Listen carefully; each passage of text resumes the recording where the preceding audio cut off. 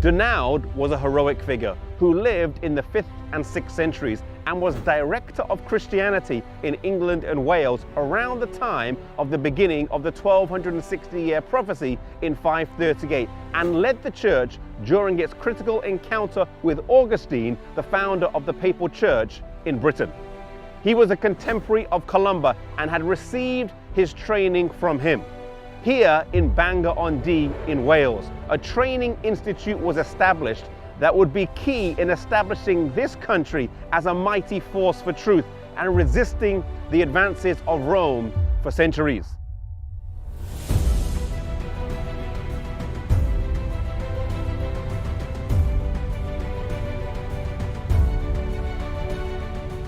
The school here in Bangor was not a small one with just 20 or 30 students, but it would have had hundreds and at times thousands of students. There was one particular story. Soon after the leaders of the Celtic Church had met with Augustine and rejected his teachings and authority, when 1,200 ministerial students from this school were slaughtered.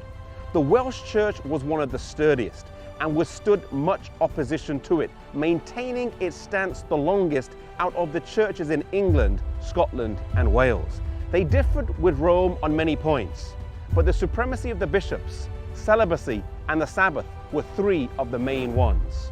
There is much evidence that the Sabbath prevailed in Wales universally until AD 115, when the first Roman bishop was seated at St. David's.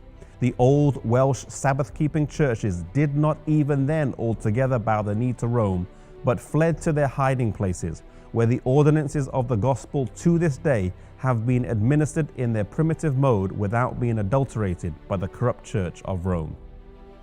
So in the 6th and 7th centuries, we see a strong Celtic church. Patrick had been the evangelist in Ireland, Kolumban in Scotland, Aidan in England, and Dunod had established a training centre here in Wales. But the gospel would flow from these shores over to Europe through the ministry of a man called Kolumbanus. He was trained here in Bangor, and he would carry the light to France, Switzerland, Germany, and Italy, establishing training centers on the continent.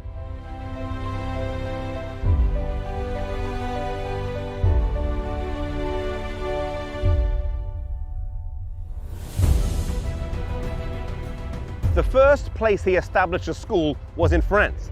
Here, along with 13 others who would come with him, these Celtic missionaries lived their lives, reading the scriptures and teaching other people. No longer did the youth of the land have to travel to Ireland, Scotland, or Wales to receive training, but right in Europe they could receive an education of the highest standard.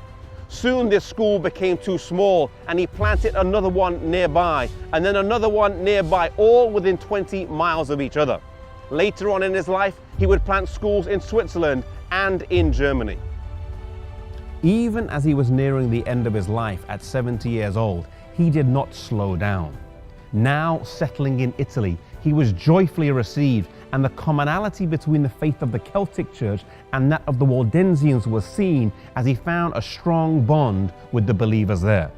Refusing to enjoy a comfortable retirement, he asked the king for a place to plant a new center, and the locality of Bobbio with its ruined church was given him, and he established a school and library there.